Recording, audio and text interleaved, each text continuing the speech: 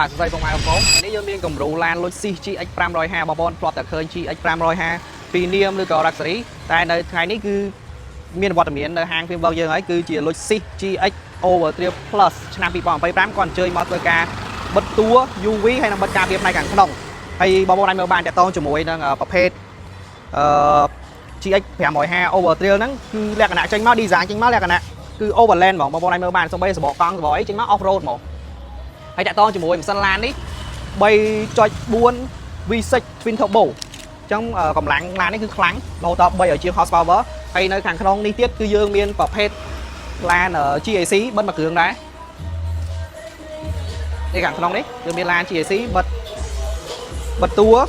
UV ហើយនឹងបិទការពារផ្នែកខាងក្នុងដែរហើយតាក់ទងជាមួយ turbo យើងបិទហើយហីបងប្អូនមើលបាននេះយើងធ្នេយើងទុកបាត់មកកាមេរ៉ាចូលមកទៀតមកយើងជាទុកបាត់មកចូលទៅក្នុងទាំងអស់ហើយវានេះយើងបិទហើយនេះនេះកន្លែងនេះអីនេះកាមេរ៉ាចូលមើលទៀតឃើញហើយអាហ្នឹងយើងសម្រាប់បាត់មកចូលទៅក្នុងអញ្ចឹងអញ្ចឹងកុំឲ្យមានធ្នេវាតោងនៅខាងក្រៅហ្នឹងបងប្អូនដែលប្រើយូរឆ្នាំទៅក៏មានដីតោងនៅតាមហ្នឹងដែរធានាជូនទឹកដៃខាងពីបំយើងចុះបើសិនត្រឡប់មកវិញបើសិនពុកម៉ែបងប្អូនមានតម្រូវការចង់បិទតួបិទ UV បិទការពារផ្នែកខាងក្នុងបងប្អូនអាចទៅខាងពីបំយើងបានបងប្អូនមកតែម្ដងបិទបានទាំងអស់ទាំងតួទាំង UV ហើយនឹងបិទការពារផ្នែកខាងក្នុងក្នុងវីដេអូមានតែប៉ុណ្្នឹងឯងសូមអរគុណ